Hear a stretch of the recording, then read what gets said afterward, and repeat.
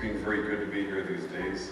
I was greatly encouraged to see all the people that have been showing up since Wednesday, and consider it a great privilege to have been allowed by God to be part of this conference. It's good to see and to sense a real excitement for mission and evangelism in the churches here in Australia, and a real desire to say to the Lord, here we are, use us in your service and use everything we are and what we have. And we just sang a song, and I don't think we stop very often to think about the incredible riches that we have just at our fingertips. We have a whole book in our hands with the very Word of God set to music, so we can sing the words that God puts on our lips. In Brazil, we're struggling to produce a psalter. In Brazil, psalm singing is hardly known, even though the Presbyterian Church has been around for 150 years. And that's a long story, but it was basically planted by modernists and fundamentalists. So, to make a long story short, it wasn't really a reformed church planting venture of the 19th century.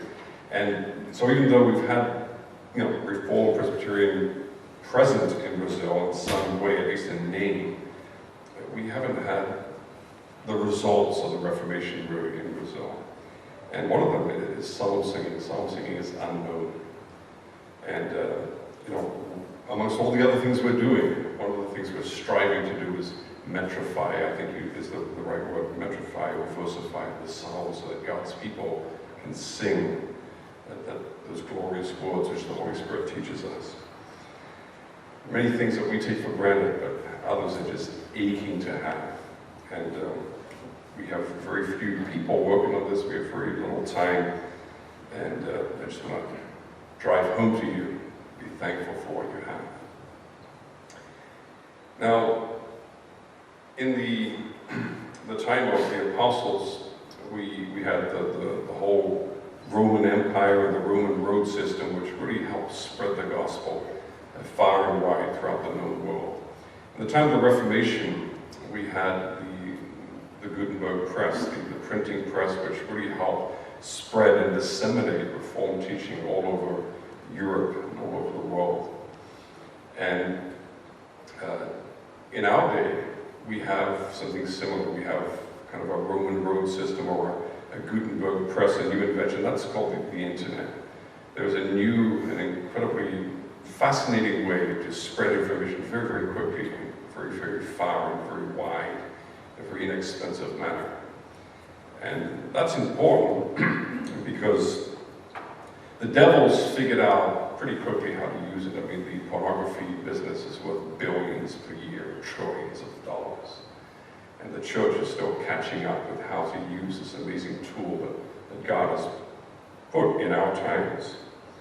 And so I want to talk in the half hour, which has been allotted to me, about Reformed literature, but I also want to tie it into how we ought, or perhaps could, use the internet to promote Reformed teaching and literature in a more effective and efficient manner.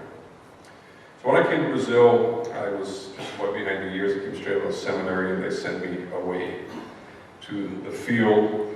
And as I was teaching in Recife in our little congregation there, people were coming to visit the church. And it was kind of strange because these were often young men visiting. And I would engage in a conversation after the service, and it would kind of stick out. If you only got 10 people in church and there's an extra guy, you know there's a visitor.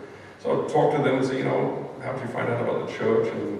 And do you know the Lord? And how do you know the Lord? And I would find out that these guys were really, really well informed about the Reformed faith, which was very, very surprising and very pleasant and very humbling. God was sending people who were already taught. Well, what's going on? I didn't know mission work was this easy. So I would talk to these people and say, I'll ask some questions, and the one would have a catechism under his arm, and another one would have Louis Berkhoff, which is a Reformed systematic theology, under his arm. So yeah, I've read it 2 or 3 times already. So these guys were coming pre-catechized, basically, to the church. And so how are you getting into contact with the Reformed faith? How are you learning about it? And one of these guys is saying, I have come into contact with the Puritan Project. And the Puritan Project is an organization in Brazil which translates and publishes and disseminates Reformed literature. And these guys, who come from all kinds of backgrounds, Roman Catholic, Spiritist, Neo-Pentecostal, wherever they came from, there was one thing which kind of united all of them, and that was the fact that they had discovered the riches of God's sovereign grace in Jesus Christ and the glorious doctrines that we know as the Reformed faith, which is simply the gospel, the scriptures. And invariably, they were blown away. You see, the Reformed faith, being the gospel, is like a bomb. It's explosive. It is the very powers of the world to come which explode into the present life of those who come into contact with it by the power of the Holy Spirit. And again, we're just so used to it.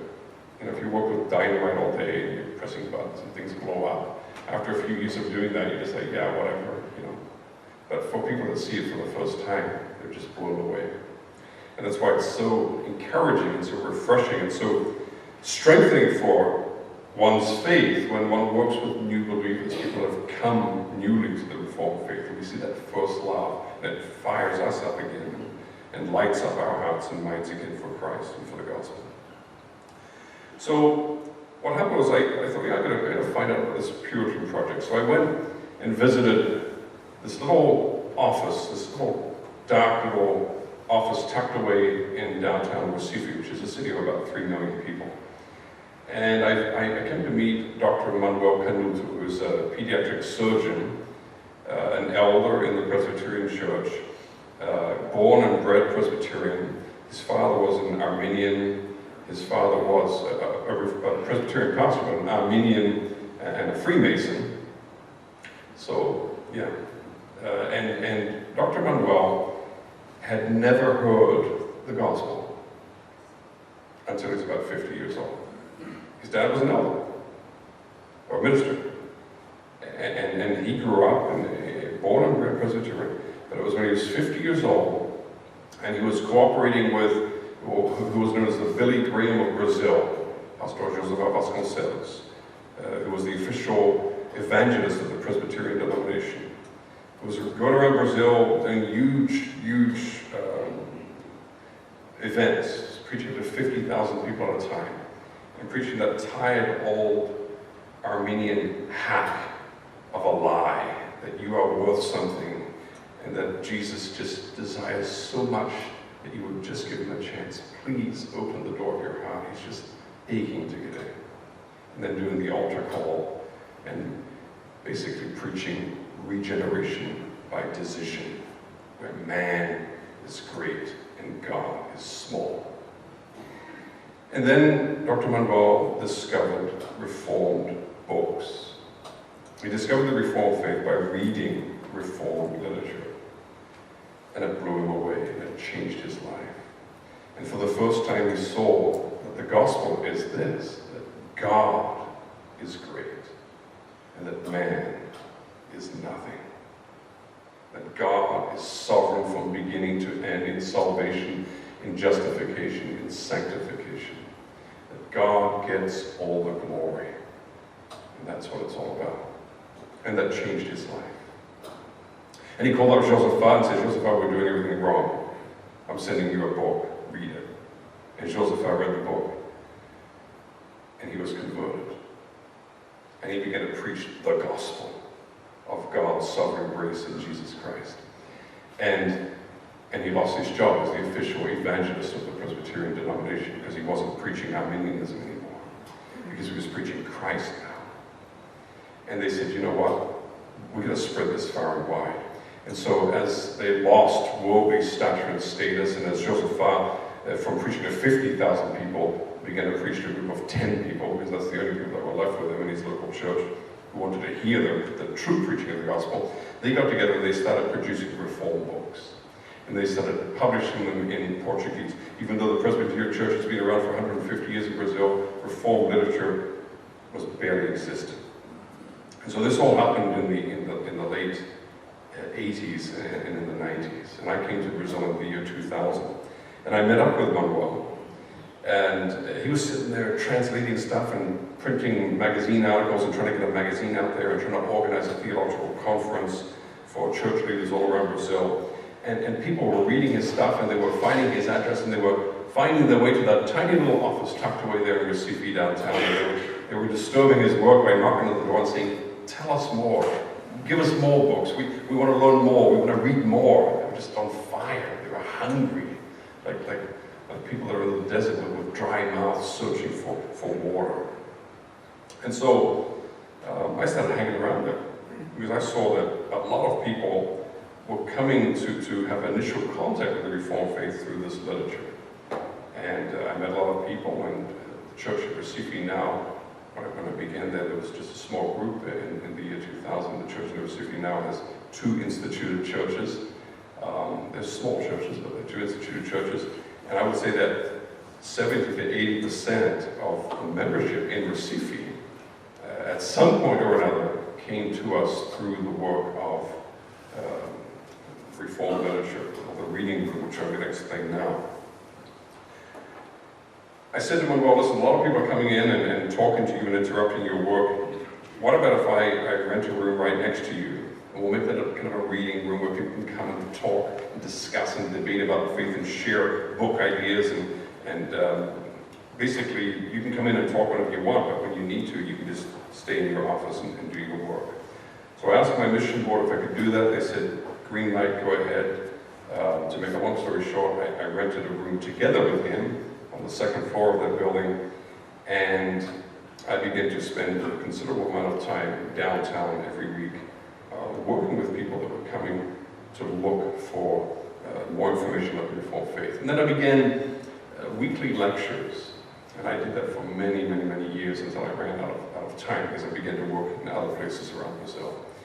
And so these were simple lectures. I'll just grab a book, and I'll just start to lecture through the book. I took St. Clair Ferguson's book, The Holy Spirit, for instance, and lectured for 2 years through the book because it's a very dense book. Every Monday night for 2 hours, very simple, nothing big, nothing fancy. We would sometimes have 10, 15 people. The average was usually 25 or so. If we had a guest speaker in and it was a special event, we might have some 40 or 50 people in the tiny little room that we had rented. So nothing big and impressive, but yet God really worked through this work. And we began to translate more and more books, more and more articles, publish more and more things, and then people were coming to the reading room and they were learning basically as we taught in these weekly lectures, which were at a popular theological level, kind of like a Ligonier conference if you've ever been to one. Well, yeah, it's hard to describe really the impact that this is having and has had. There are just so many stories that I could tell. We have a 1 million member Pentecostal church in our state of Pernambuco, a 1 million member church. I use the term church loosely because this is a group which does not preach the gospel. It preaches salvation by works, which is an anti-gospel. And it's run by the Grand Panjandrum, who is in the main head office in Recife.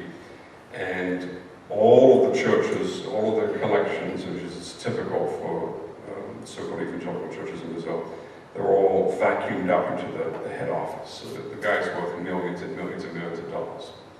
This is a massive organization. And then we had this little Reformed church in Recife, which, at the beginning had 20 people. And even today is just a couple hundred, 200 or 300 people. And as we were teaching at the Reformed Reading Room and people coming into contact with literature, what happened was, you see, there are people who have heard about Christ, they've heard about the gospel, they've read the Bible, and they're searching for the voice of the Master. Where is there a church that teaches what the Bible teaches? And the default is, well, Roman Catholic Church, most people figure out pretty quickly that that's going pretty far astray from the gospel, so they fall into some kind of an evangelical church, between quotation marks. But you can only take so much of receiving stones for bread. And And so what happens invariably is that somehow, somewhere, and often through the internet, they come to contact with a book, a reformed book, or reformed literature. They start to read, and they're like, this is like water for parched ground. And they start to drink it in. And then they say, this is it. This is the gospel. This is what I'm reading in the scriptures. And I want to find somewhere that teaches this. Does there exist such a church? You know, Brazil is a country of 200 million people, and the amount of faithful gospel preaching in Brazil is negligible. You know, Pastor Ian said, I need 3 or 4 more workers in PNG. In Recife alone, I could use 10 more missionaries, and they would work flat out night and day. That's just in Recife. The harvest is plentiful. The laborers are few. And so people are aching to come into contact with the preaching of the gospel. They want to hear the Master's voice. And it's hard to find a place where the gospel is preached. And so, Reformed literature, I have discovered in our context, is a way of reaching people and drawing them to the church where they look for the faithful preaching of the word. What it's also done, it's not just changed individual lives, but it's also changed entire churches. And I want to share a couple of stories. There's a Pentecostal church down by Rio de Janeiro, and one of the members was visiting a friend of his, and the friend was working on fixing something like a motorbike or something, and he had some tools, and in the bottom of the tool basket, just kind of like, you know, like a newspaper on the bottom of the basket to take up the oil or whatever, or the grease, there was a Puritan Project magazine, which had just been thrown there. And the friend picked up the magazine and said, what is this? Can I have it? Can I read it? And the guy said, yeah, go ahead. So he took it home. He starts reading these articles which declare the glory of God's sovereign grace in Christ, the Reformed faith. And he's blown away by it. He says, I want more of this. This is precious stuff. So he goes to his minister and says, Pastor, read this magazine. And the pastor reads it. He says, I've been preaching the wrong stuff all these years. This is gold. And I see the Bible in a new light. I mean, obviously, I'm kind of summarizing here. And what happens? In that church, there's a real reformation. And before you know it, the pastor is, as much as he can, with the little bit of knowledge he has, he is just preaching the grace of God. And the people are like, wow, this is the gospel. Bring it on. Tell us more, Pastor. Can you give us more information? Are there more books about this? And so he contacts us. He says, I've read your magazine, and it's changed my life, and it's changing my church. And you know, we're not running after like people babbling around and crawling under the benches and screaming and swinging off the chandeliers, because we've discovered that there's something more powerful, and that's the voice of God who speaks in the preaching of the gospel. And we want to know more. Come on down. So I trucked on down to Rio de Janeiro and hopped on a bus and went up to the little town where they lived, and together with one of the elders from Recife, I spent about a week there, and we taught them, and we preached at them, and we discussed with them, and we gave them Reformed books. And to make a long story short, the entire church embraced the Reformed faith and is now a member of the Federation of Reformed Churches. And that's happened a number of times. There's another church that we've worked with, same story. Come into contact with Reformed literature through the internet, through books, and then that whole process happened. We come down, and over the course of many years, the church more and more is reformed and embraces the Reformed faith. There's a church down in Londrina in the south of Brazil, which was a neo-Pentecostal church, which is like the most radical Pentecostal you can have. It's basically the type of church which teaches health and wealth. You know, if you believe in Jesus, you're going to be healthy. If you believe in Jesus, you're going to be rich. That's the gospel. That's why Jesus came, to make people healthy and rich on this earth, in this life. It's the kind of church where, you know, the service is basically, you know, come on up, and I'll smack you in the head, you fall over backwards, and I say, you are healed. That's the kind of church it was. And over the course of the last 8 years, this church in Londrina has come to embrace the gospel and has begun to preach the gospel. And if you go visit there today, nobody's smacking anybody in the head, but Christ is being preached, and lives are being transformed, and people are coming to know the one who, when we know him, we have eternal life. And then I want to end with one more example. It's not just the printing of books anymore. You see, Reformed literature is widening that. It's also making these books available far and wide. And so e-books is a very, very hot new thing. It's because it's cheap. You just pop it up on the internet and it spreads like wildfire through social media. Also, videos, YouTube videos, where you preach to 20 people in your local congregation, pop it up on the internet, and before you know it, you're reaching thousands. Or if you're, in the case of well-known preachers like Paul Washer, for instance, millions sometimes. So these are all things which could be leveraged far more for the spread of the gospel. I want to show you a final story of the impact of Reformed literature in the reading room. The reading room, we produce books, we produce articles, magazines. We also hold a Reformed Theological Conference every year up in the Amazon area and then down along the coast in the northeast of Brazil. And we reach between 800 to 1,000 church leaders and their wives from all around Brazil between these two conferences.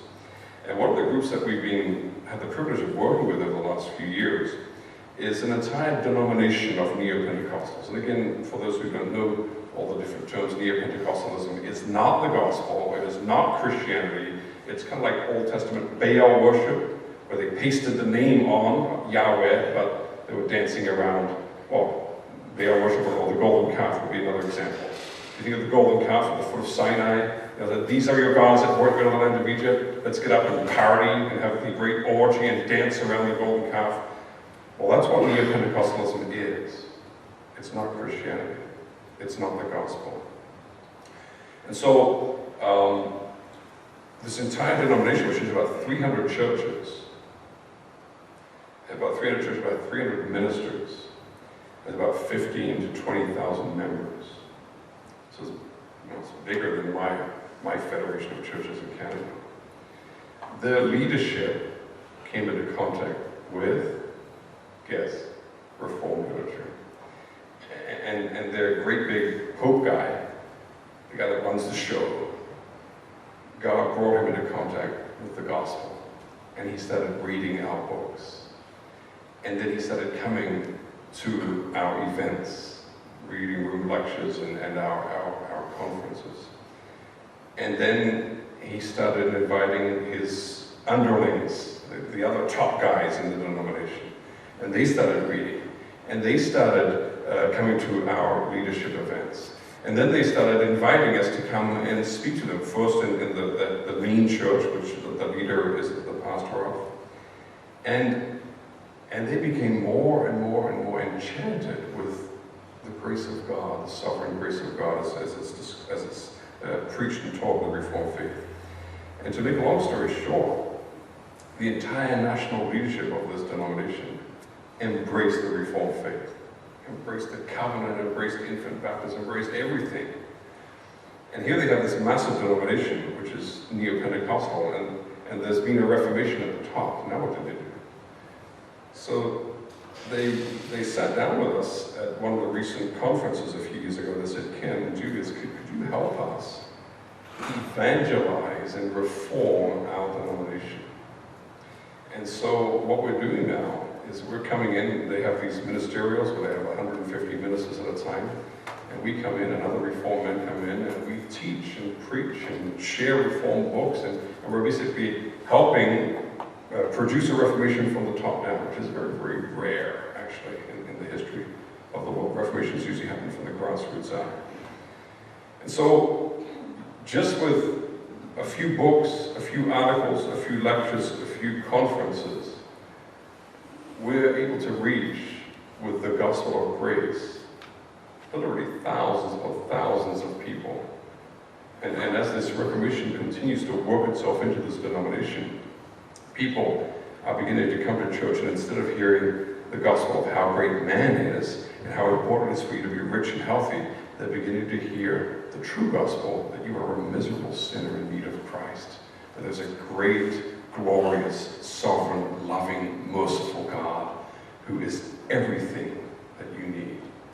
Christ Jesus our Lord. So it's a very, very exciting thing that's happening in this Reformation.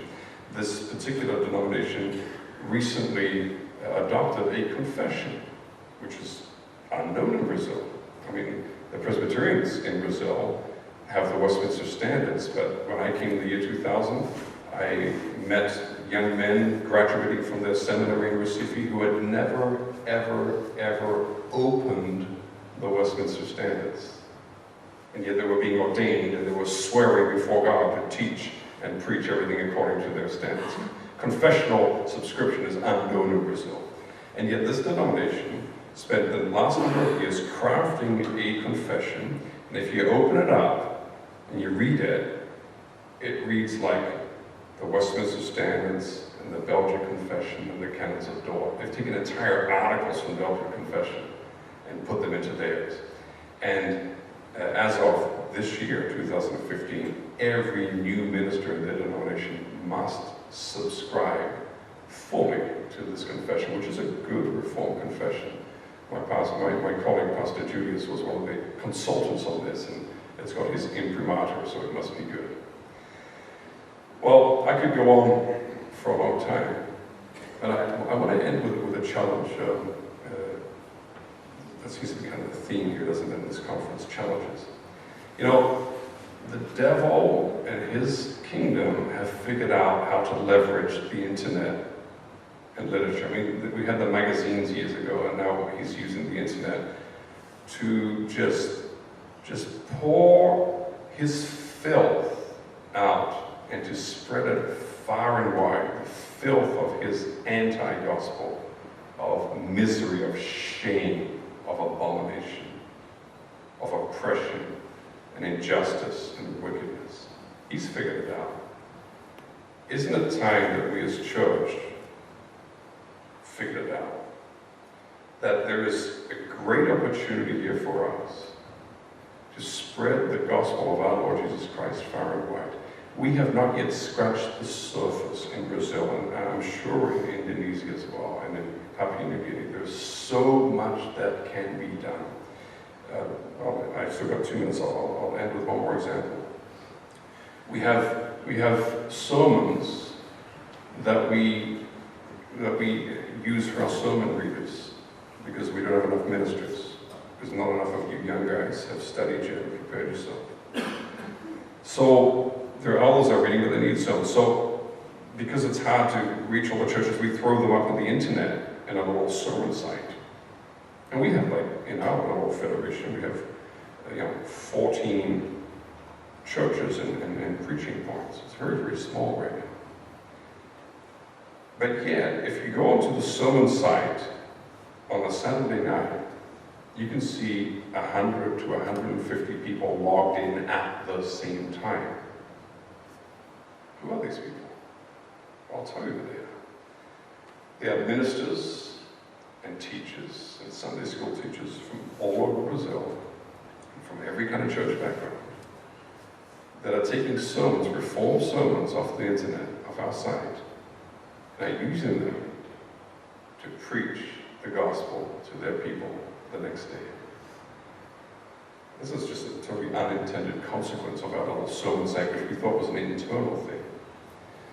This kind of stuff was unintentional, but I think it should be intentional. And I want to challenge you that we need to think about a way in which we can work together and cooperate with the work of, for instance, Reverend Van der Linden in South Africa, who's using the internet more and more to promote Reformed teaching through all kinds of churches. I think Reverend Van has mentioned too that the work of Latino doesn't just reach the Iglesias Reformadas, the Reformed churches, but it's also being appreciated and drinking it in other churches as well. Okay?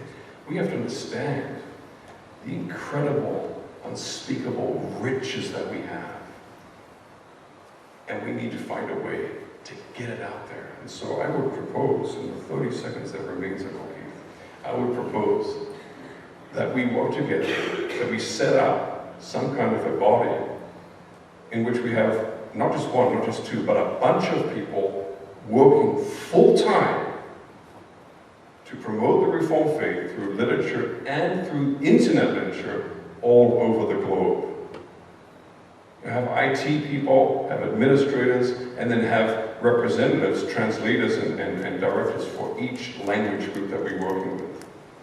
Let's get the message out there, because this message is dynamite. This message is powerful. It transforms hearts, it transforms lives, marriages, families, communities, and entire civilizations. And so we've got a lot of work to do. Thank you. Brothers and sisters, actually I don't need to tell you a lot about Litindo, for there is this bulletin, and you might have read it already, and there is the information about the projects, the literature projects, the books published already and the books to be published. And also Pastor Ken already told us about the situation of Brazil, and actually what he told us about Brazil, the same is true for Indonesia. In Indonesia as well, books have a tremendous impact. People like to study and to read books. They start reading books. From the past, they couldn't read books, they only listened and talked, but now they want to study, they want to read. So the books fill in a large gap. You can buy lots of theological books in Indonesia, but most of them are liberal theology or they are charismatic theology. Reformed theology, there are only a few. So people need to get books in which the biblical doctrine is explained to them and the biblical way of exegesis. And that's what Litindo does. Litindo started in the 90s of the former century. The churches, PGRI, the Gereja Reformasi in Indonesia, the Reformed churches in Indonesia, they asked for this project because the government of Indonesia did not give visa anymore. Missionaries could not come into the country anymore, only a few. When before more than 20 missionaries were working in Papua, after just 4 years it was reduced to 5 missionaries, and on this moment only 1 missionary is still working in Papua. And so they asked for help. How could you help us when you couldn't come yourself? And that's why we started with Litindo. We started as a paper missionary to write books, to translate books, to help them with those books. And in those almost 25 years now, we already published between 30 and 40 books. And those books are sold everywhere in the country. It started with helping our own sister churches. But as books in Indonesia need to be published by formal publishers, you need to have an ISBN number in it. If not, you are not allowed to publish the book. So you have to publish the books through the formal publishers, and then they come into the shops. So you don't just help our own churches, but other churches as well, and Christians all over the country. And in just a few years, we got invitations from everywhere to come and to give explanations about our Reformed books and the Reformed doctrine in it. And as one result, we were asked to send teachers as well. And that's why in Jakarta, our churches in the Netherlands started to support Setia, a large theological seminary in Jakarta with almost 2,000 students, and they wanted to become Reformed. They said, we are not charismatic, we are not liberal, we are not Armenian, but what are we? We want to become Reformed. And so this project is still going on in Jakarta with an education for Master of Theology.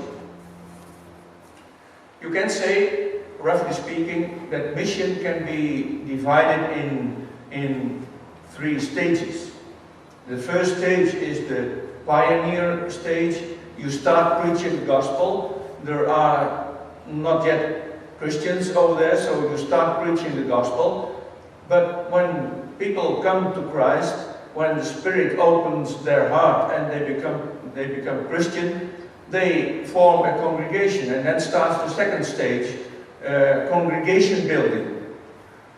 And congregation building ends when the offices are established and when there is a beginning of federation of churches. And then starts the third stage, and that's the final stage.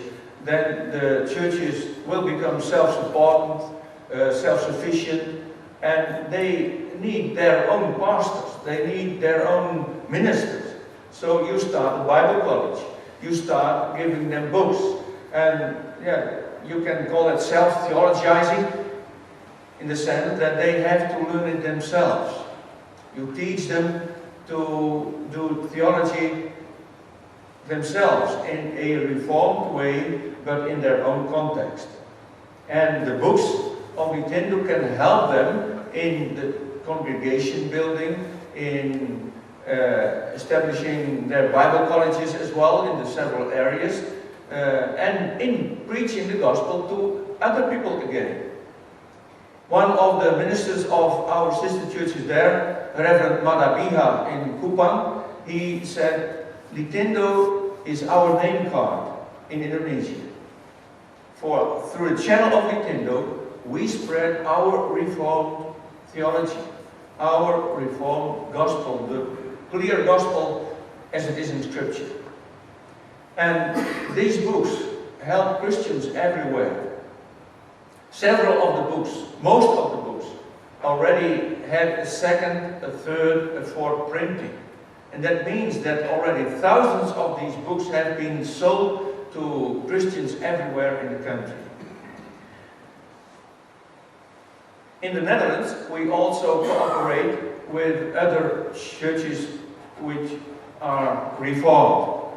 And they have also mission areas in Indonesia. For instance, in Sulawesi, there are the Gereja Toraja, the Toraja churches. There are the Mamasa churches. And those churches as well, they use the Heidelberg Catechism, for instance. Or in Java. And we try to find cooperation with all those churches in order to bind us together, to become powerful in Indonesia, which in Christianity is most liberal or syncretistic, combining the gospel with the local culture.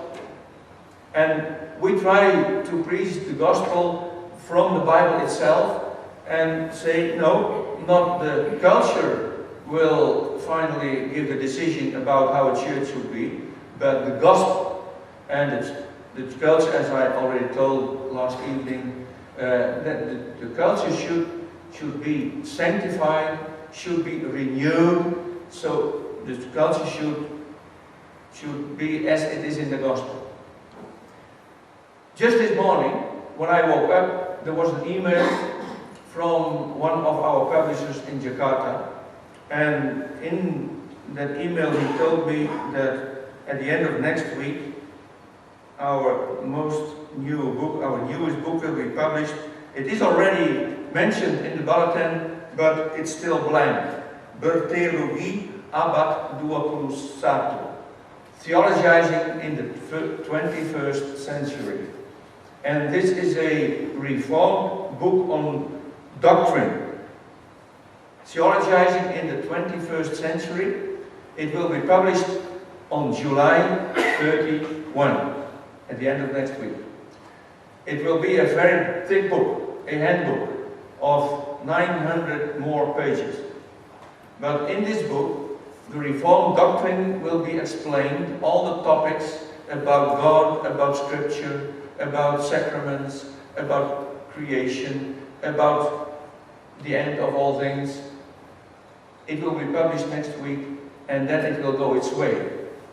I will travel to Indonesia and stay there for 6 weeks, till the beginning of September, and I will present this book in several places. First of all, I will go to our sister churches in Kalimantan Barat, in West Borneo, and I will teach there several topics, but I will also present this new book to our sister churches over there.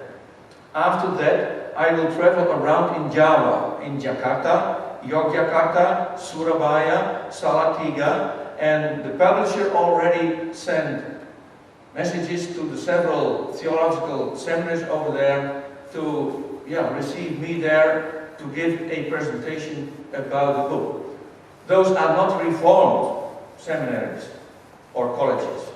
Those are broad Christian colleges, or probably liberal ones, or probably they are charismatic ones. But I will go there and present this reformed doctrine to them, and the publisher will come with me, and he will bring books and he will sell them over there. And I'm sure the books will have a tremendous impact in all over Java and Kalimantan Barat. I hope this book will be sold well and will have its second printing, third printing just in 1 or 2 years. For all over Indonesia, people, they like to read books in which the Bible is explained in the correct way. And that's what we want. For Indonesia is such a large country. 85% of Indonesia is Muslim. 10% of Indonesia Christian. Those are the formal figures. But when you talk with the people, they say, no, that's not true. Not 85% of the people are Muslim, but only 55%. And not only 10% are Christian, but 30% or more are Christians. But many of them are in a sort of hidden way. So there are large harvest fields in Indonesia, and we can go out there. When we cannot send the people, we can send the books. People come and go again. They are allowed to enter the country, or they are rejected, like it happens in China with the underground churches. But books will stay. They can read it, and they can read it again, and they can give it from one to another, and then they can read it, and they can memorize it, and they can use it. They can live on basis of the books, on basis of Scripture. And that's our goal, that's our aim. Litindo already published 3 other new books this year. So this book about Reformed doctrine will be the 4th book this year. The first 2 were about Scripture itself, like a guideline, how should I read Scripture? It's called Kabar Baik, the good news, from the Old Testament, from the New Testament. And all books of Scripture get attention in the book, and the reader will be accompanied in reading the books one by one. For they need those books, they read Scripture, and then they say what we heard already here, what does it mean? We need books to explain it. So these 2 books, Kabar Baik, Good News, will help them to read from Genesis till Revelation, book by book, giving explanation about every book of the Bible. The other book is only a small booklet, which is about predestination. And I chosen. It's a translated book from Westering in the Netherlands. Probably you know the man. He wrote several books in a very, you can say, simple way. You can easily understand what he writes. And he writes about predestination, canons of God, but in a very simple way. Question, am I chosen? It's a question for many people. Am I chosen? When I die, will I be accepted by God? Or will I be rejected? Am I chosen? And with the help of the canons of God, he explains Scripture. And it's a book, for youth people, actually. For Westering was a teacher at a high school in the Netherlands in the past, and he wrote his book just for youth of 18, 19, 20 years old. And they can read this book, and then they can be comforted by the Scripture itself about predestination. So just a few things about it. Now we, for Ritindo, are handing it over in stages to the Church of Mendichong, and Ritindo already exists for 20 more years and has a large network in Indonesia, as you can see in the bulletin, a large network. There is a tremendous network in Indonesia ready to accept us. And you can go there, you can talk with the people, you can give the books to them, and they will like it and they will read it. One more thing, we heard about the internet, and indeed in Indonesia people have internet as well. But in the rural areas like in Sumba, in Papua, in Kalimantan, they can't be online yet. So you can use the internet when you are in the cities, etc. And internet is used there a lot. But when you are interior in the rural areas, you need still the physical books. So you can do the one and also do the other. And I think it was very good to hear from you, Pastor Ed, that we should make one organization to spread the gospel via books, be it in Indonesia, be it in Brazil, be it in China, everywhere in the world. And what Reverend van Lingen does in South Africa, there's a Reverend Visser who does the same thing in Thailand and in Indonesia as well. And I think that's the future. People in the future can just get it from the internet in a very simple way. Thank you so much. After hearing from the other speakers, I kind of feel like I don't have a lot to say, and I feel somewhat, I'm not sure if it's nervous or a little bit out of my depth here, having heard such fantastic words over the last couple of nights, and also this morning how the Lord has been working in many different places. And but I have been asked to speak about the work in the Philippines that we're doing, which is very much in its infancy stages, and in many ways is something where I feel that we have a lot of possibilities, a lot of potentials, and at the same time, the question is to how to proceed and where to go. But I want to start off with this little picture here. Unfortunately, you can't see it as well as I'd like. But when I was listening to Reverend Benema a couple of nights ago about what is contextualization and preaching the gospel in the local context, a picture which came up into my mind was of this particular type of vehicle, which is called a jeepney in the Philippines. And any of you who have been to the Philippines would not have seen one, but have seen thousands of these things. What is a jeepney? Well, underneath all of this, the original jeepney came out of the time post-World War II, when you had a lot of these American jeeps which were floating around, and the locals found a use for them. What they did, they cut them in half. They'd make them twice as long. They'd make these benches at the back, and they'd use them as a local bus service. And that's still what's happening today. No longer using the jeeps as such, but using the same sort of very old-fashioned technology, old-fashioned engines, so forth, getting the world around and just building these things. And this is how the local people move around the place. And so you have something which is a jeep, but it's not. And I guess that's where I think of contextualization came in a little bit as well. It's interesting how a local culture and local people will take something and make it something else. The challenge, of course, is with gospel is we always need to ensure that the gospel is still gospel. By the way, you can't see it on there very well, no, you cannot in your picture there, but most of these, the Philippines is a very religious country on the outside. There was one which is buzzing around the place we saw, it was called Immaculate Conception. I thought it was an interesting name for one of these things. But this one here actually says on there, a free heavenly ride.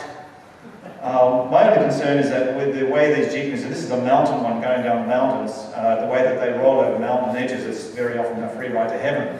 Well, one would hope anyway. The Philippines, just like to just give a little bit of information about the Philippines first of all. There's 100 million people living in the Philippines. Manila, Greater Manila, pretty much is the same size as the population of Australia. Philippines is a very challenging place for themselves because it's not one nation as such, but it is a nation of islands. There are in fact 7,000 islands, a number of large islands, but there are many, many islands around, which does lead to a lot of challenges. Indonesia would be very similar in that way. They're a developing country. In some ways they're a third world economy, but there's a growing middle class as well. In fact, one thing which has struck us in our visits to the Philippines is what a burgeoning middle and upper class there is. If you go to Manila, I've never seen shopping malls as big as what I've seen in Manila, for example. They're just huge. And yes, they even have ice rinks and so forth in there as well. So it's quite incredible in that sense. 12% of the population live and work overseas. You go down to, I've been in the Middle East and I've been to a hotel there, and the Filipinos are the ones who are running it. And in fact, you'll find Filipinos living in many places. They work in places such as Australia, they send their money back home. One of the challenges there is that families, husbands, wives, are so often split up, and we're also seeing the effects of that as well. One of the interesting things about the Philippines is that their literacy rate is fairly high, so the level of education is pretty good overall. Having said that, of course, it depends on where you live, it depends on who you are as to what your education is like. But education is something which is very, very important for Filipinos. Their official language of education is English. That means that for us to get around there and to speak and to communicate, particularly with the people that we are speaking with and communicating, is overall relatively easy. If I compare this to Papua New Guinea, where I live, where the official language is also English, the level of English in the Philippines is much higher, is much better. Having said that, there is one church that we are very much involved with, which are in the mountains, and there we need to do all things through translation. So it's not as though just because you know English, you can get out and you can speak to everybody there. There are other languages around as well, Tagalog, Cebuano. So those are different local languages, which are more trade languages, which people use, and there's a few of those as well in the Philippines. Now, what about the religion? Well, 92% of the Philippines consider themselves to be Christian. And so one may wonder, what is the point of being in a place like the Philippines when a place like Australia has 50% saying they're Christian? Not much more than that. I do feel very passionate about the need for us to actually share the gospel much better than we are in Australia. But that aside, if I look at it, when I went to the Philippines, when I visited there, but I've been around quite a bit, I must admit, and I've rubbed shoulders with people of various stripes and colours, but I was shocked at the state of Christianity, level of Christianity, which was so rampantly evident in the Philippines, and how un-Christian the Christianity really is. Much of this is Roman Catholic. 75% of those who call themselves Christian are Roman Catholic, but the Roman Catholicism there is very syncretistic. In other words, they have mixed their Catholicism in with traditional sort of religion as well, and so the gospel is really lacking from that. Almost all of the others are of an extreme sort of a Pentecostal sort of a background. This is a Pentecostalism where there really isn't a gospel being preached at all, but it is very much a wealth and prosperity gospel. And then there is also a considerable number of people who are in different sects. There's one called the Iglesia de Cristo, which is an Arian sect which denies the divinity of the Lord Jesus Christ, which is quite large and influential in the Philippines. But then there are also plenty of other sects as well. In fact, when I was there, I flipped on the TV and I was watching this guy there who was a very popular Filipino who considered themselves to be the second Christ. And he was comparing himself on there quite blatantly, comparing himself to the first Christ, saying things such as, when first Jesus went to Israel, they killed him. But when I went to Israel, they loved me. And words such as that. It's just absolutely shocking to hear just how blatant some of this stuff is. That's the sort of thing, when we talk about Christians here, that's the sort of Christian that you're talking about. And even if I compare it to P&G, I was very, very dismayed at what I'd seen there. There are some Reformed churches in the Philippines. Also, in addition to the ones that we are dealing with, I might, if I had time at the end, just very briefly speak about that. But the Reformed witness is very small, it's tiny, isolated to a few small places, and somewhat fragmented as well. And that is something which we feel does need to be considered and thought through. Here's the map of the Philippines. If you look at there, you can see two major islands. The one at the top there is Manila. Sorry, it has Manila in it. Manila is towards the south of the top island over there. And we have, I've also spent some time in Manila and a couple of churches over there. But the focus of our work in Baldivis has really been and is on that southern island, which is called Mindanao. And that's the right down the bottom, that island over there. This island is predominantly, well, as far as geography goes, is predominantly Muslim. And so when you had your Bali bombers and so forth, when they want to escape to the Philippines, they escape to some of the areas in this sort of, in this island around here.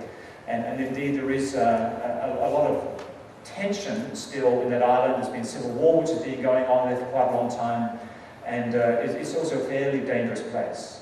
There are a couple of cities there where we spend most of the time. One is Cagayan de Oro, the other one is Davao City, which are Christian and which are safe to go in. I'm quite happy to walk around there at night in the city.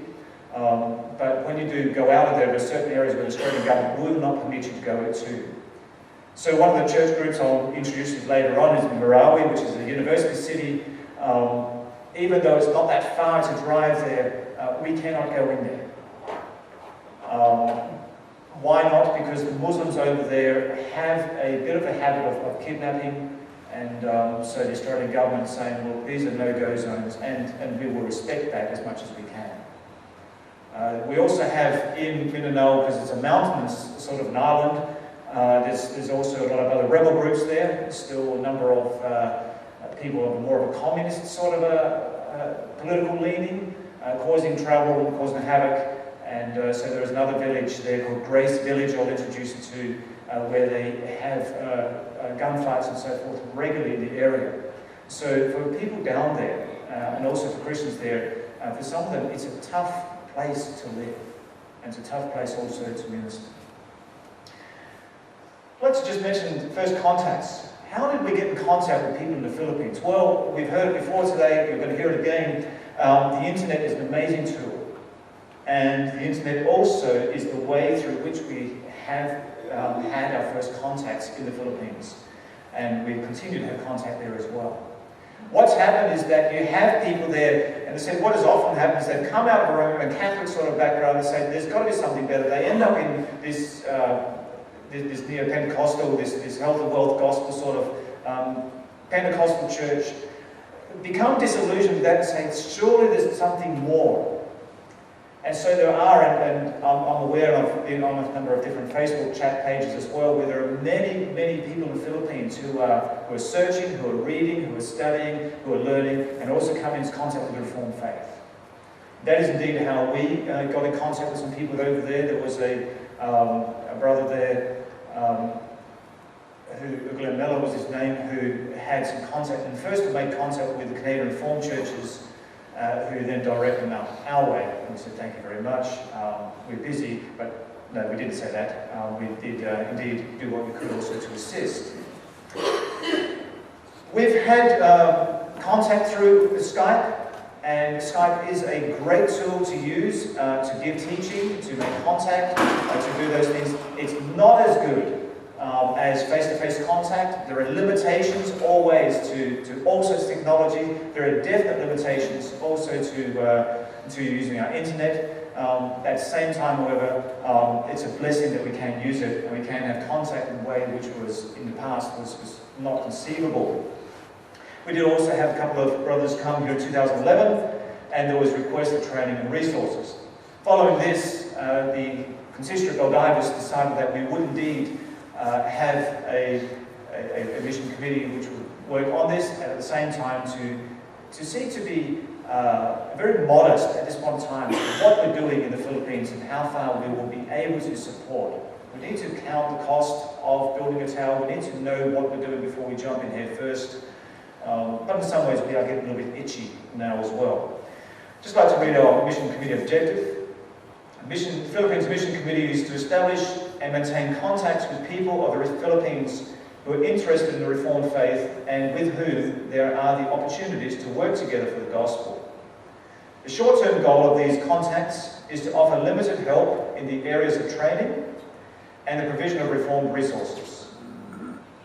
The long-term objective is, should the Lord so direct things in this way, and to work towards the establishment of a federation of Reformed churches in the Philippines with which we may have sister church relations, and so then also have the opportunity to receive a blessing from one another.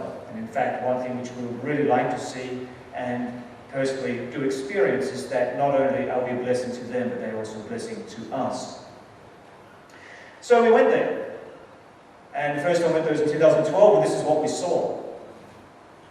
That's the remains of a house, one of thousands of houses that were like that. Just before we went there the first time, there was a terrible flood. Perhaps some of you remember it, called, known locally there as the Sendong floods. And what had happened is that the rain had come down the mountains, some dams and other things had broken, and the city of Cagayan de Oro, Los Iligan, were devastated by these floods. I think it was, if by memory, it was about 10,000 people were killed, and thousands more were displaced.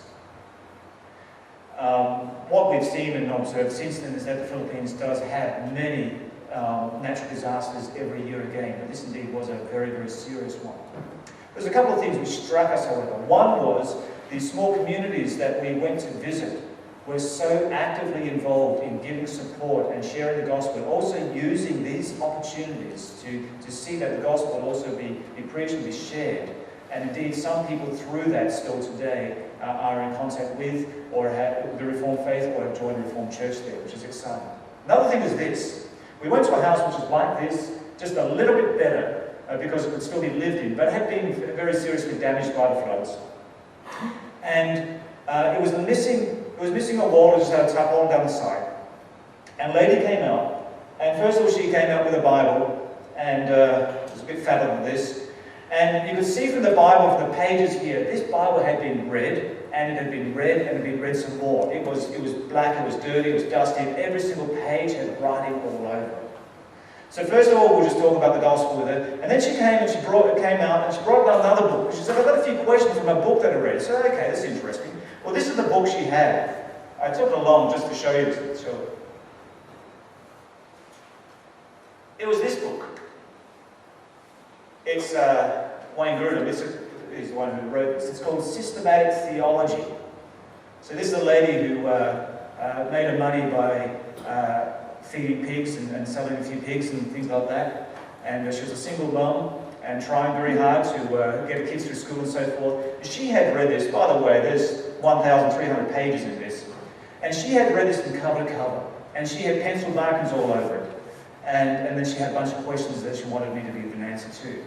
And one thing which I'd just like to just mention here is that those people there in the Philippines that we have contact with who are interested in Reformed faith are so hungry for it that they have been studying it. And there are times when they would ask you questions, they would talk about things, and you would say, I have no clue on that. Didn't even know the thing or that matter existed. Sometimes that can be a problem in the sense that they can be so caught up in, shall we say, a higher or a very small point of doctrine, and yet miss just what it means in Christian everyday life. And so I was asked about questions of something called republication last time when I was there. Thankfully I was prepped on that before I went there so I could study it up. But then the same person would ask, for example, well, how do you conduct family devotions in your meal times? How does it actually work? But anyway, we had some... Oh, I'll finish in my 30 minutes. We did have some conclusions from that, and that is that there's a hunger for Reformed training, a hunger for training in Reformed theology and practice.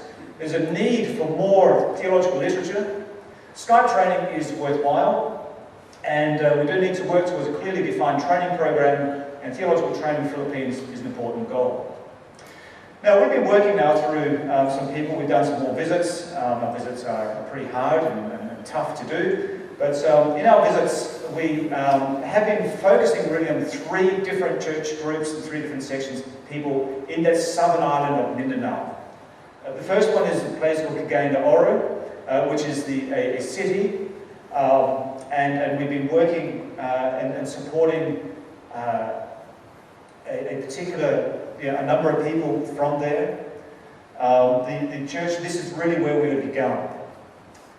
In some ways, the city of Cagayan de Oro and the church group there is the most challenging, not only for us, but for them also. And that really has to do with the leadership in that particular church group. In fact, the first person that we had contact with who invited us to the Philippines, we would anticipate that we would have not much more direct contact with that person as time goes on. And that has to do with personality issues and a few other matters which I don't need to share here now. That's not unusual. In fact, in my experience as a missionary, very often the first ones who come are not necessarily the ones who stay. And that's just the way things go.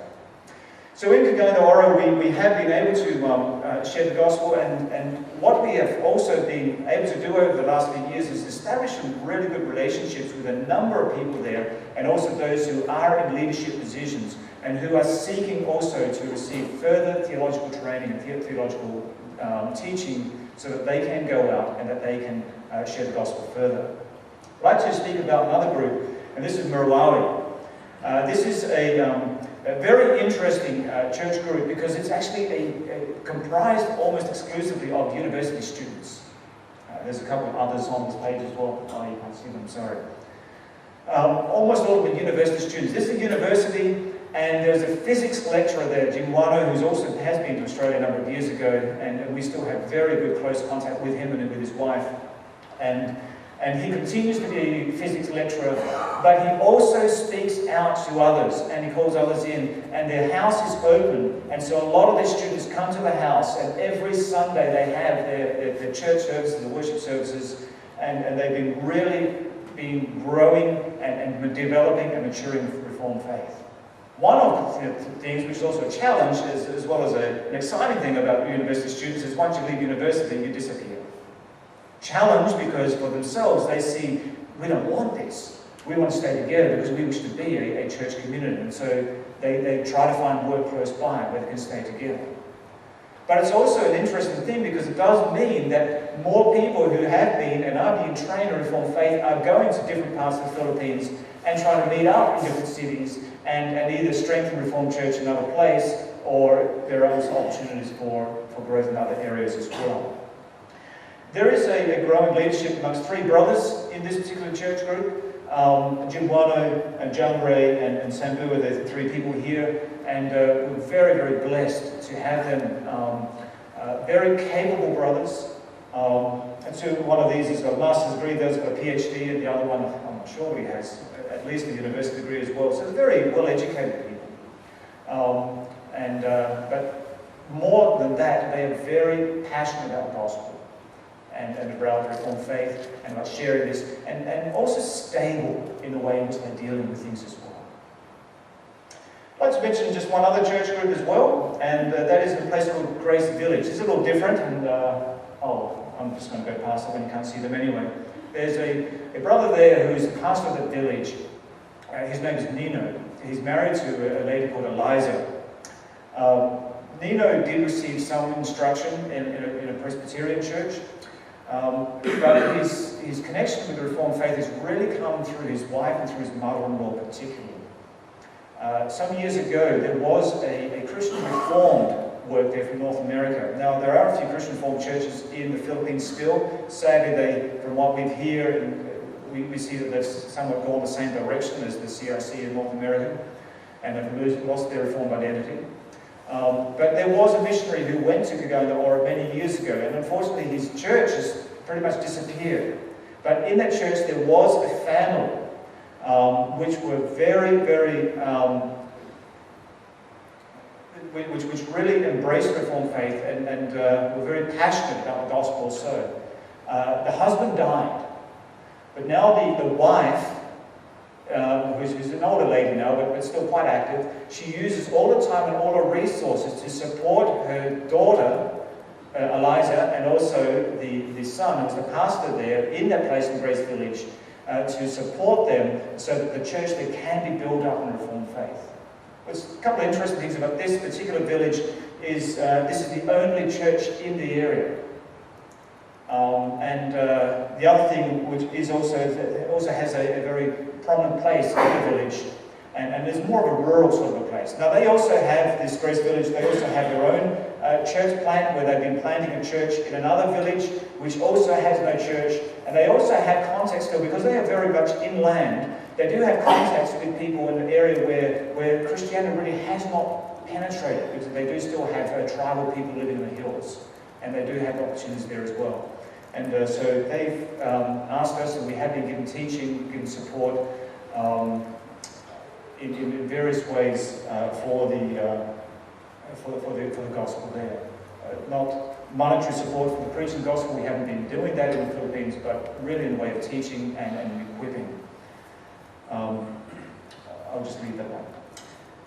I'm going to skip that because I was going to say there's more. And just to mention, I'll just go very quickly through it. There are a number of other small Reformed churches in the Philippines that we have gone out to investigate, to learn about, because we don't want to just say, okay, we have 3 particular groups that we have some contact with, let's just focus on them and ignore the rest of the country. We really want to know what's happening in the rest of the Philippines. It's a huge country. Are there other Reformed churches there? And the answer is yes, and there are a few that we are aware of that are also confessionally Reformed. There is what's called United Covenant Reformed Churches in the Philippines, and in Davao City, which is also in the island of Mindanao, there is a brother there who has received his training with the United Reformed Church of North America and Mid-America Reformed Seminary.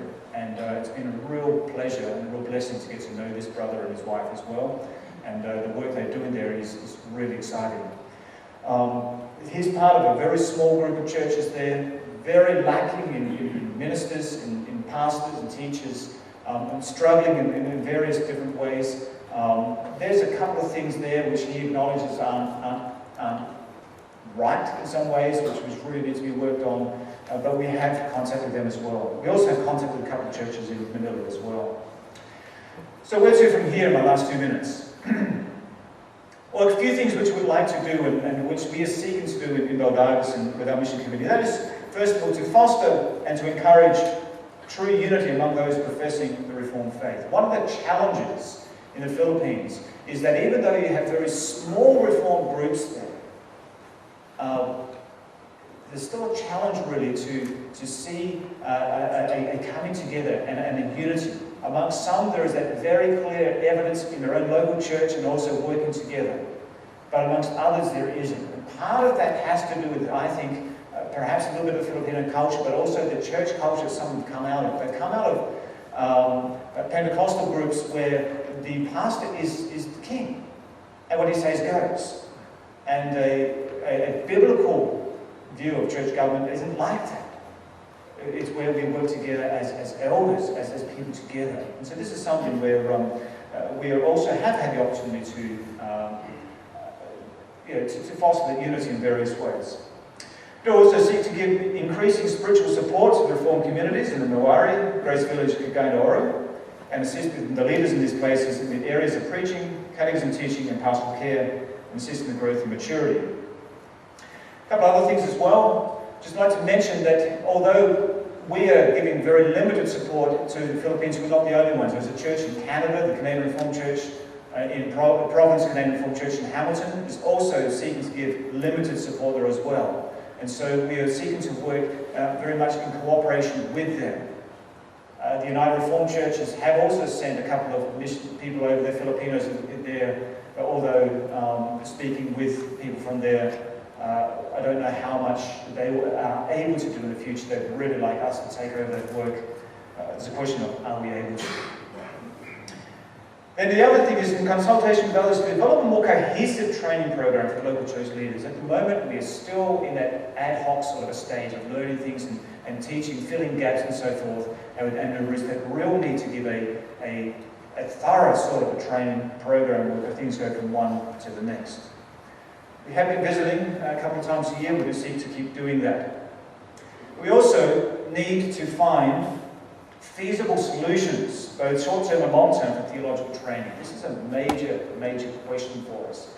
There's a lot of young men there, and when I say a lot, I'm talking about a good dozen that I can think of, that I know, who are really excited about the Reformed faith, would really love to study it, would love to share that faith, and build up the Reformed churches in the Philippines. And the question which straight away becomes of, where can I go?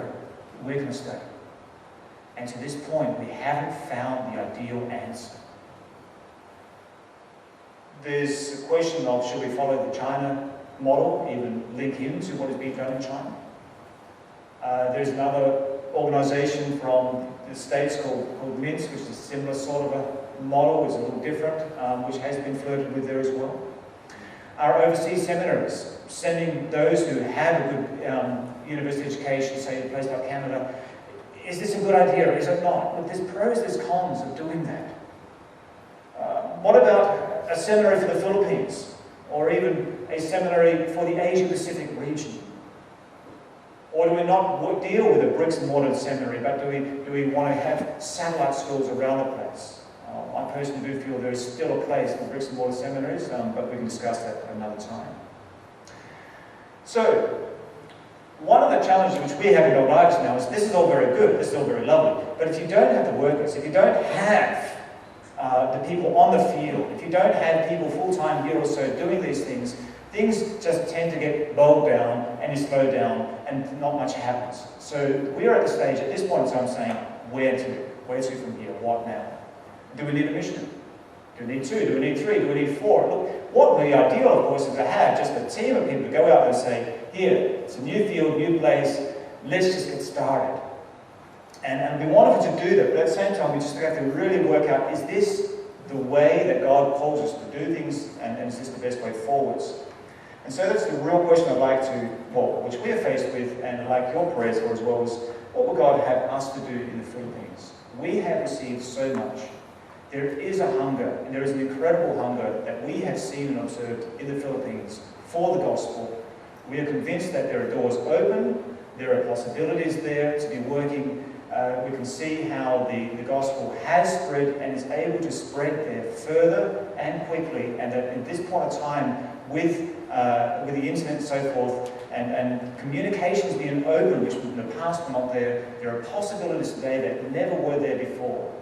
You can send people there. English is widely spoken. To get a visa, there's not a problem.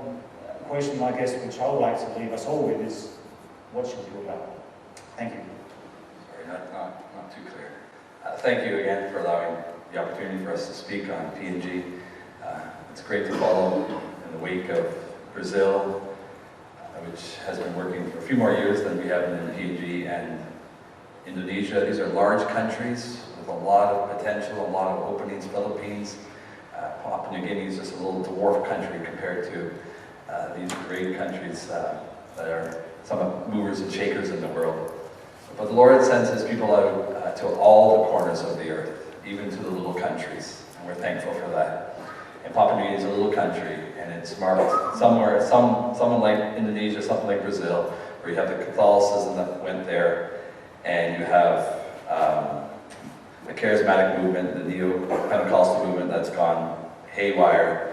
They closed down our city for marches down the streets and crazy things like that. And in the middle, you have the Lutheran Church that actually has been there for many years, but it has gone weak, somewhat inept and syncretistic, and also liberal with some of their theology. So we're there in Papua New Guinea, and I think it's good that we're there. And it's good that we're there because this first picture, it's not a clear picture too much, but it says a lot. It's there are 5 candidates who have been trained at our Bible college for 5 years, some of them 6 years. Reverend Stephen Harvard knows some of these brothers. He taught them, and they're out in the field. They're coming back for a ministerial, and after these number of years of theological training, it was just eye-watering to be able to sit there and listen to these brothers deal with the issues on the field and how wise and mature they were in dealing with their congregational matters at a local level. It's a real joy of a missionary to see men who have grown up in the faith or have come into the Reformed faith, grabbed hold of it, and are applying it in every situation of congregational life. So I just begin with that. Right now, the current status of Papua New Guinea is that we have 7 churches or church plants, 5 in the Palm, Port Moresby area. Papua New Guinea is divided by 2 by what they call the Owen Stanley Range, and Port Moresby is at the bottom. Ley is further north. We have 5 in the Port Moresby area and 2 in the Ley area where I'm currently working. We have 4 candidate pastors and 1 candidate elder, evangelists. What we have done with our students at the Bible College is if their marks weren't high enough in the diploma program, which is a 5-year program, but the 3-year program is the diploma program, if their marks weren't high enough, we recommend to the churches that they do not become pastors, but they become elders, set apart for the work of evangelism.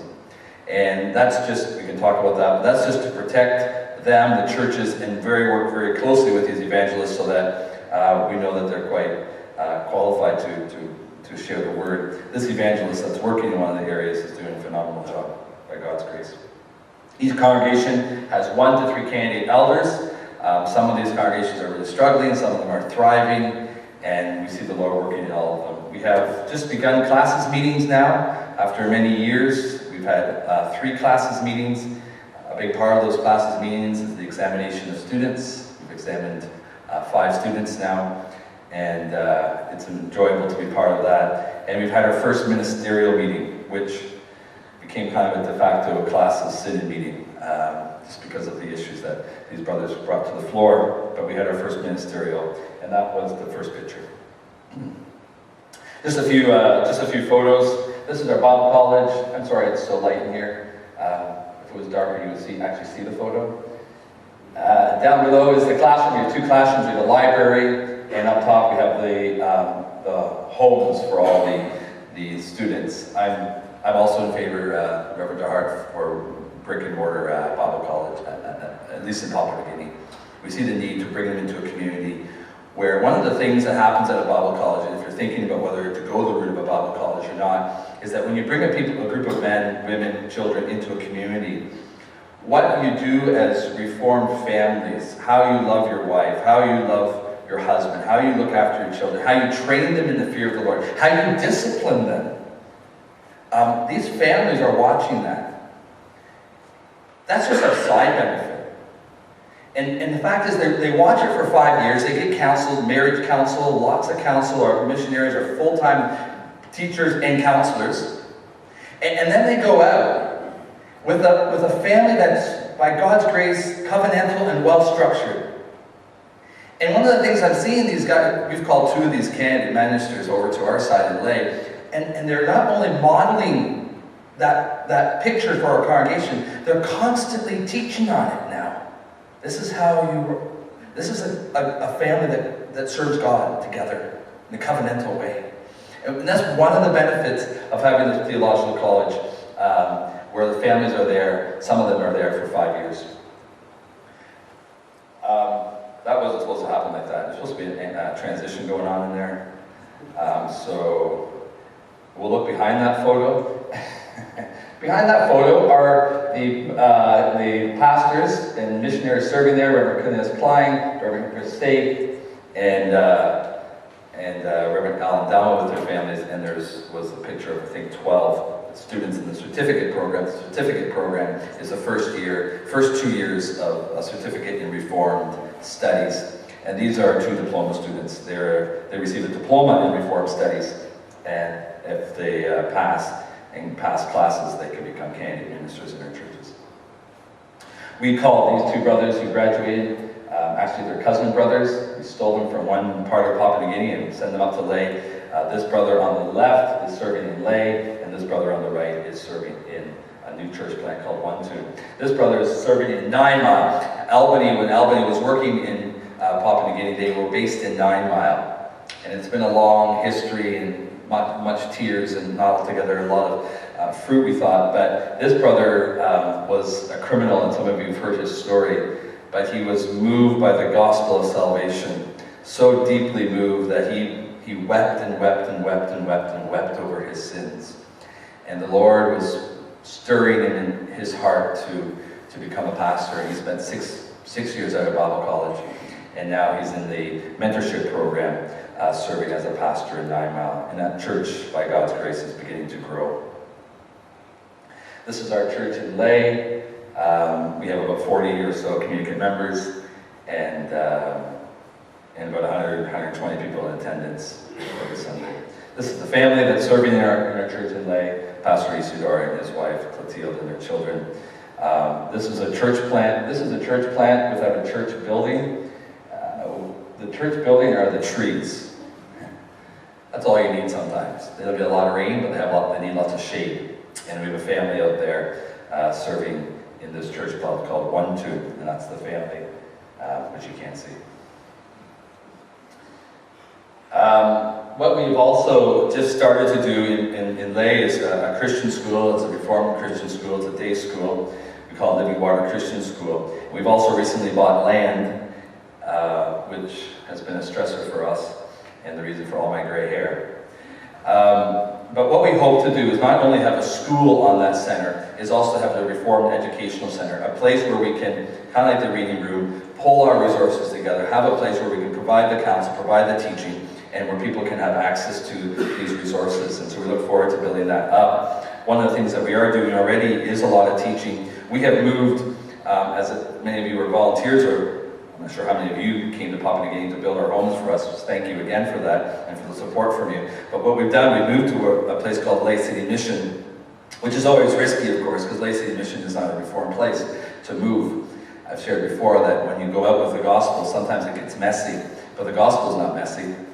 And the gospel will bring people to a saving knowledge of who Jesus Christ is. And so I have been teaching courses there for the last year now, just actually working through the book of Dalma on the 10 Commandments. And I have watched the staff. I'm just working with the staff. There's about 150 boys there. I'm just working with about 10 or 15 staff who are leading these boys. And I'm just teaching them slowly and carefully, kind of what Pastor Ken was saying, just slowly and carefully, just walking through redemptive history with them. Just walking through God's plan of salvation. Just walking through the doctrines of grace. And I see some of these guys, after a while, they just get so fired up.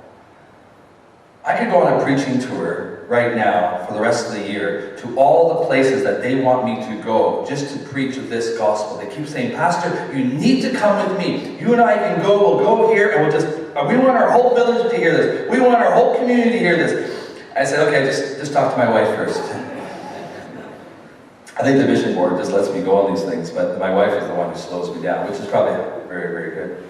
But the fact is that there is a place for just basic teachings and to spur people on, and as they get hungry about these teachings, and I feed them books, I feed them our confessions, and I feed them the simple doctrines of the church, the Reformed faith, and as they grab hold of that, they will seek out the church. A lot of mission work, as you know, is spreading the seeds out.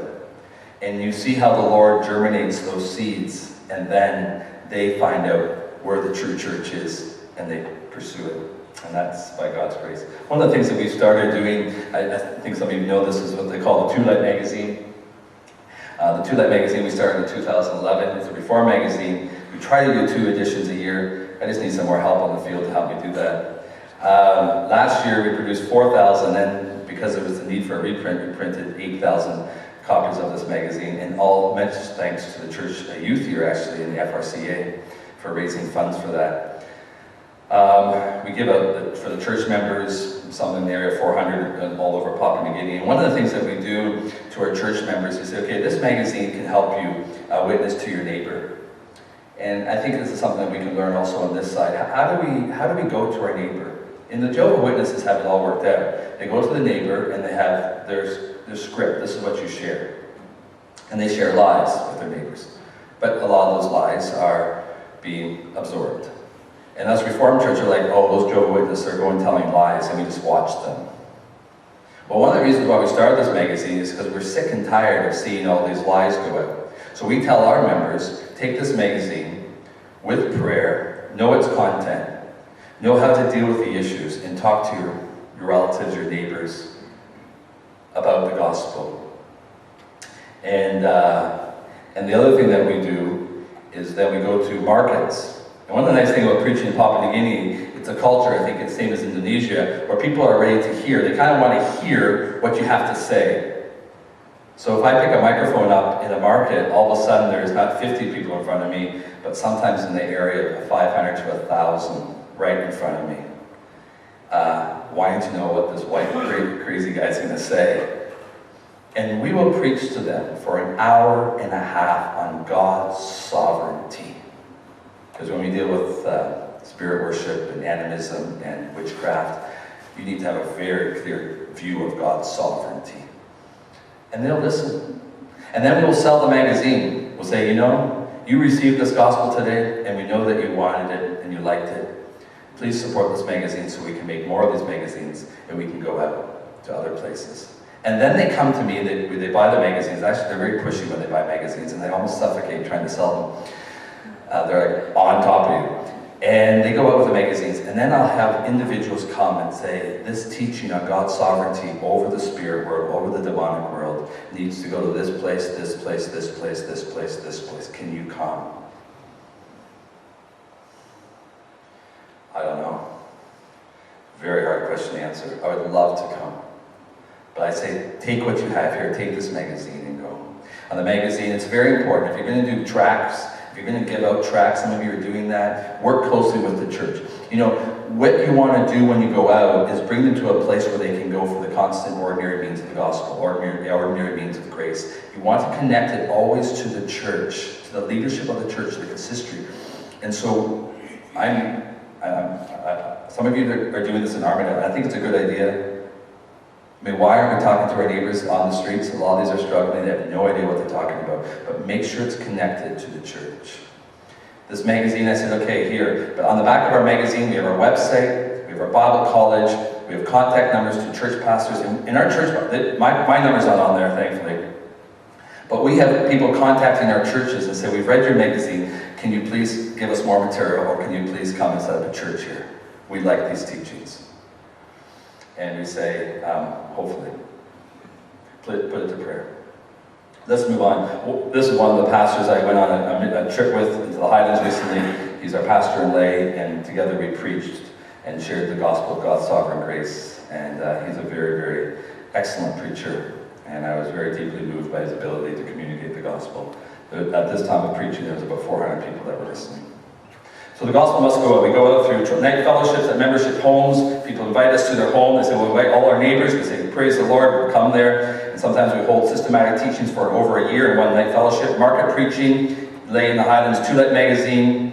Also preach to the markets. Reformed tracts, what we've done now. Papua New Guinea is actually an English bilingual country, English Pidgin, and 1,000 other languages. 800 in total. But we have worked with English and Pidgin. So what we're doing now is simplifying Reformed tracts into simplified English and starting to distribute them, at least amongst the church members and that. And actually we have 2 people, one in Tasmania and one in Albany, who are our English simplifiers. Just take English and make it really, really simple. Grade 3, grade 4 level. And that's been a joy to see them do that. Prison Fellowship through Crossroad Bible Institute, that's in Lay, and we're trying to connect with the prisons so that they have a place when the prisoners come out to go to church. The Reformed Church's webpage, where we have sermons. What we're going to try to do on our, because of the problem with the same thing as in Reverend Bainham was talking about this in Indonesia. A lot of people they have their smartphones now in Papua New Guinea, and they have access, but they can only buy about 60 megabytes of data. Well, you try to download a 1-hour sermon on an HD, high definition sermon off the webpage, that is less than 60 megabytes. No, it's impossible. So we just know that right now. So what we're trying to do, and this is where we need more personnel, what we want to try to do is when I preach or when Pastor Isidore preaches or one of our preachers, we want to video the sermon, probably in a lower definition, video the sermon, and just take little clips from the sermon on certain truths that come out of the sermon. 2-3 minute clips. So if it's on prayer, something 2 or 3 minutes. If it's on God's sovereignty, God's grace in saving, and just take little clips and then put them on the YouTube put them connecting to our website. So when people come up to our YouTube, they're not looking at 57 minutes and saying, oh, that's too hard. But if they say 1 or 2 minutes on a certain doctrinal truth, they'll download that and listen to it. We know they will. So we're trying to work that out right now. If you have any ideas, share them with me. The other thing that we're trying to do is keep our sermons available on DVDs. And so we copy all our sermons and we give them to people, and people give them to their friends. And we have sermons all over the country right now that that people have CD players or DVD players and are watching. Literature, just quickly, I think I'm pulling the time, so I'm almost done, Mark. All 3 confessions are translated into Pidgin. All liturgical forms translated and used in the churches. The P&G Church Order has been adapted to Papua New Guinea, compiled, approved, and also being translated. We do everything in English first, and then we put it into Pidgin. And the Church Order has been a true blessing. We had it just recently. We had the church split up in the new church plant that we're doing, and the guide to deal with the church split and to know what the church needs to look like was the Church Order. This kind of problem in Papua New Guinea is the same in Philippines, where you have the big man at the top and he's trying to dominate, all those kind of things, lack of church discipline, all that. Reformed churches has a psalm book. It includes psalms, hymns, and spiritual songs. You can ask me why we did that. It's a long story. 80% of the songs are translated. I think we have about 50 psalms that have been translated into Pidgin. And we have used the Genevan tunes. We have used tunes from the Free Church of Scotland, and we have used tunes from the Reformed Church of New Zealand, trying to capture a tune that kind of matches with the context in Papua New Guinea. Many of them are still the Genevan tunes. Sunday school programs available for all churches. Christian school, because we have a Christian school now, it's been running for 3 years in Lay. There's a resource bank of material being compiled. Reformed literature, simplified or translated, it's a continual work in progress. Pastors' libraries, one of the things that we are doing is making sure that our pastors' libraries, because right now they have some access to internet, but not a lot, we want to make sure that when they leave the Bible college, they have a solid Reformed library.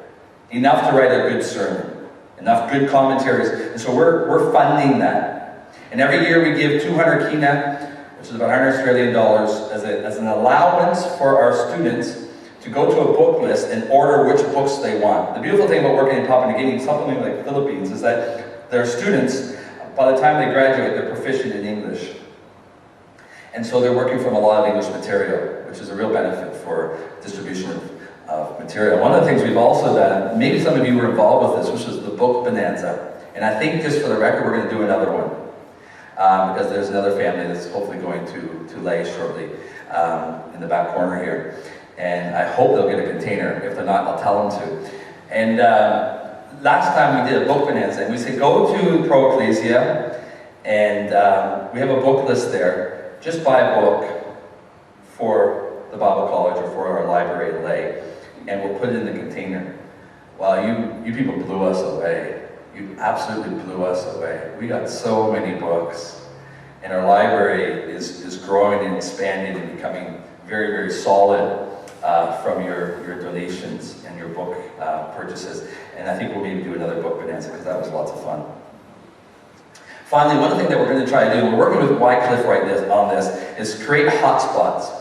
A hotspot, as you know, is basically a hub where you can send out, some of your iPhones have hotspots if you have a 4G network. It's a hotspot where you can, it's a hub where people can connect to that hub and pull off information from that hub, or use that hub as a director. But in these hotspot hubs, actually, what we're trying to do with Wycliffe is get a hotspot hub in a local region, and we can download all our sermons, all our Reformed material onto that hotspot. And so then people can connect to that hotspot without connecting to the internet, without having to buy megabytes. Just connect free to that hotspot within a 5-kilometer radius and download or listen to sermons, receive material, etc., etc. It's all electronic, no paper, and generally free as soon as we buy the hotspot. So we're experimenting with this to see what's going to work. But what we want to do is put all our sermons and all our good stuff onto those hotspots, plant them in different areas where we have a church or a potential church plant, and everybody who has smartphones, and that's a lot of them now, can at least get free internet to the hotspot, it's just a signal, and watch and learn, and who knows what the Lord can do. He can do many things. That's where I end, Mark.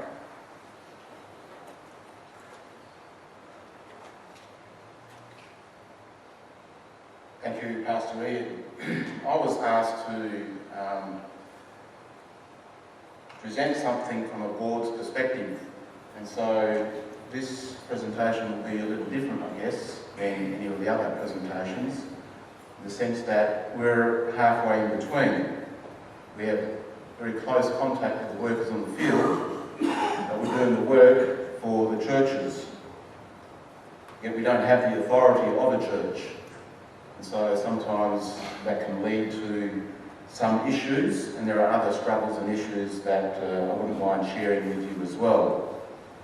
As Pastor Stephen outlined, when you do mission work in another country, one of the big things is to get workers so that you can maintain momentum. And for us, getting workers is indeed a huge struggle, a huge issue for the board, and something that we're busy with all the time. We're very thankful that we have 3 families who are in the field. However, one family is in Canada, recovering, trying to recover. One family has just said that they won't be renewing their contract, and another family is likely to be leaving the field soon because they've been there for such a long period of time, which means that suddenly we have no workers on the field. So you can imagine that our meetings are somewhat dominated by where are we going and how can we get workers onto the field. So we're very appreciative of events such as has been held over the last number of days in the hope. And we pray fervently that there are people in our midst who will take up that call and provide the necessary support. The board is very concerned about the welfare of the workers. You heard Pastor Ian speak with passion and energy about the work that he wants to do. But you also know that there are about 24 hours in a day.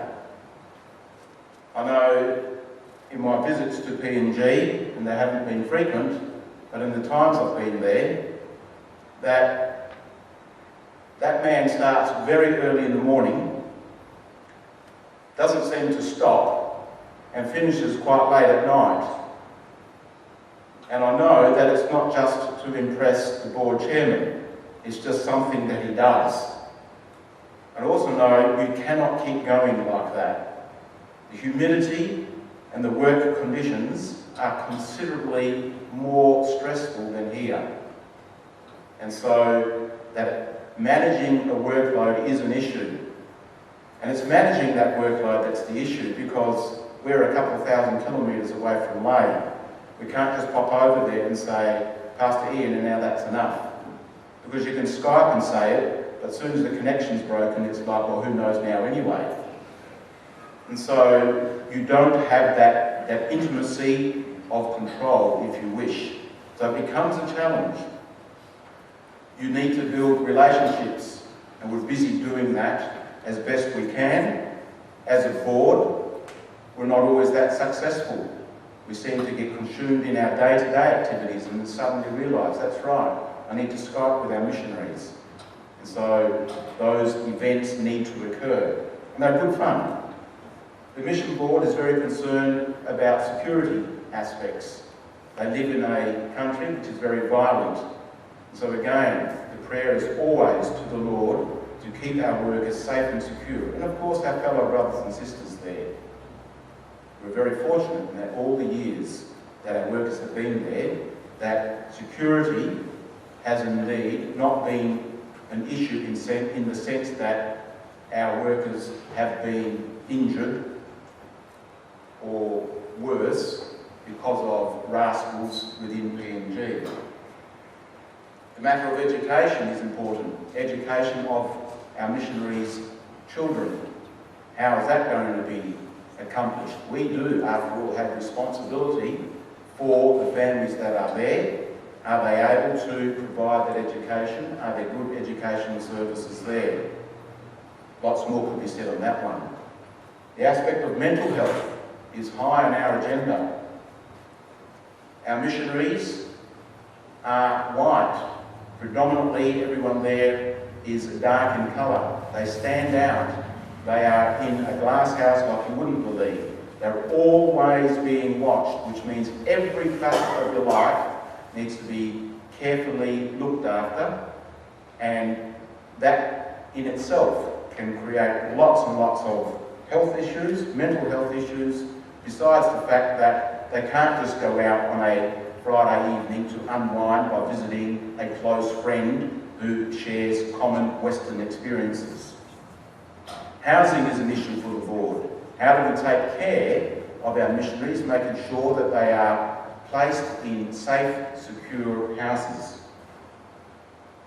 Another issue for the board is the directions on the field.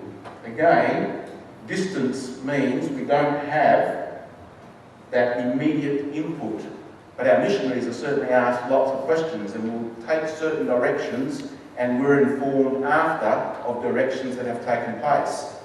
We're very fortunate that our missionaries always make very good judgments, and as a board we've tried to impart to our workers that we trust them implicitly, and it's fine, and we'll take whatever happens back over here, we'll take it, and we'll run with the consequences. That's okay, because again, remember, we're answerable to a consistory and a number of supporting and cooperating churches, so sometimes it's a real balancing act. As a mission board itself, do we understand our goals and objectives? And by that I mean church planting versus running a church. We all come from an environment where each church has its own minister, and the minister is responsible for the pastoral support within that church, producing sermons, and a host of other activities. Initially, when I was on the board, I just thought that that's what the missionaries did in PNG. And so we've got Kumung Church, and Pastor Ian's its minister. And so he'll take care of some of those pastoral issues, and he'll do what ministers do over here. And then suddenly we got a report that said, there's a preaching point that's opening up at Gravel. There's another preaching point that's opening up at B1, or at 4 Mile, or at 9 Mile, or at Lacey Mission, or at R1. What on earth is happening here? And then of course the penny dropped.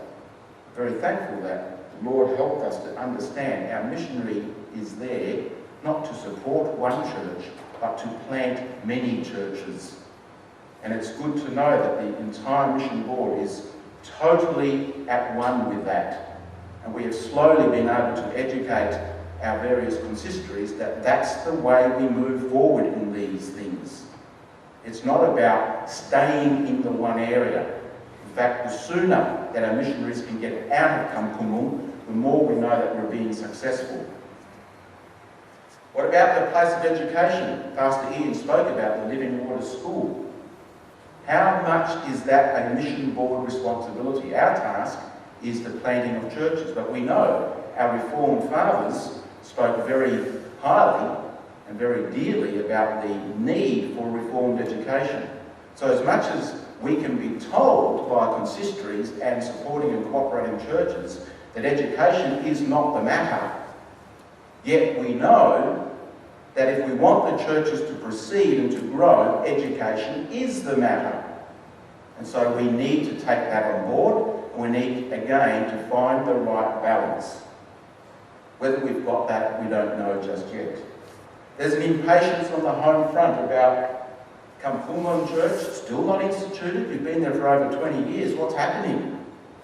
Again, as a mission board, we can understand it. We receive the reports. We try to give those reports to the wider membership.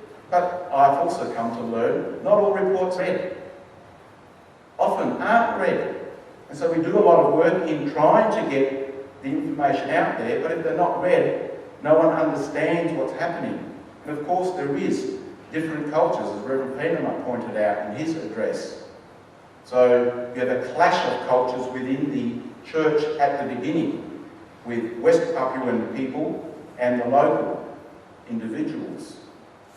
Then you have the aspect that Brother Bruning raised. Many females, not many males. Where are our leaders going to come from? many females, because they're abused. And the church is a safe place, and they love the Reformed doctrine. But they cannot be elders. And so that's the struggle. In terms of forward planning, the board also needs to worry about workers on the field. We know that Reverend Wilderball won't be there forever. So we've got to start looking for replacements. So that's an ongoing issue, and it's something that we're busy with as I speak. But there's also succession planning at board level. Inevitably, come October, consistories are looking for replacement elders and deacons. And it's remarkable how often they seem to pinch people out of the board. As Pastor Ian said to me, you people on the board are elders already.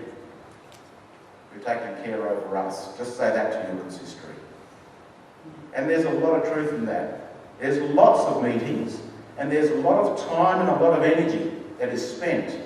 But I can also understand it from the church's perspective, where a church itself may lack many, many leaders, and sees the leaders in the board and goes, why shouldn't we put these brothers on the list? And so again, it's a difficult thing for a board to find the right balance. 3 minutes. The board also needs to worry about its contact with the sending church. As I said, we do the work, but we are not ultimately responsible for our workers. And so, as a board, we're operating in this pseudo-authority. It's not always the easiest place to be. And so we again have that balance that we need to take. And in our situation, it's a little more difficult in that there are 11 churches involved. Armadale's Ascending Church, we have 4 other cooperating churches, and 6 supporting churches.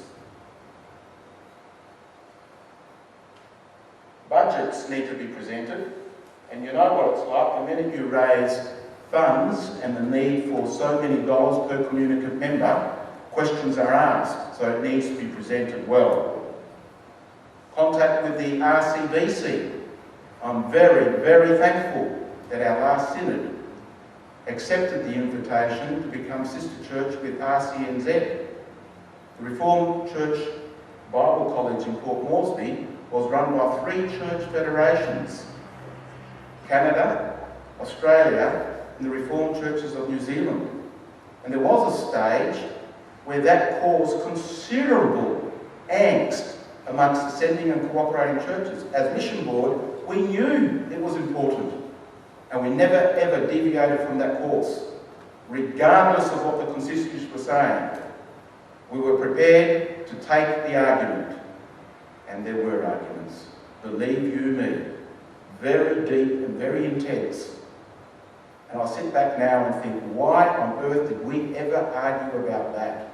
About training people to become ministers, but because the Reformed Church of New Zealand was involved, we weren't allowed to be involved anymore? Really? Anyway, that's all gone now. Wonderful. Brilliant. Successes and blessings. And then I'm finished. Reformed Ministries has a large footprint now in the lay area. Magnificent. It is getting well known. There are various preaching points which, when we read the board reports that our missionaries send to us, or from our Skype sessions, they always make me jump with excitement. There's another point at which our Reformed doctrine can go out to those people who have been exposed to lies. The Tonight magazine has already been mentioned by Pastor Ian.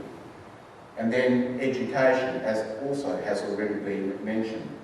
The board is very, very thankful for those developments. We're very thankful for the impact of our missionaries back home, here. I know that many love listening to our missionaries, and it has produced a genuine love and a genuine interest in mission. I think that was seen when the houses were being built, where teams of people volunteered their time and money and energy to build these houses.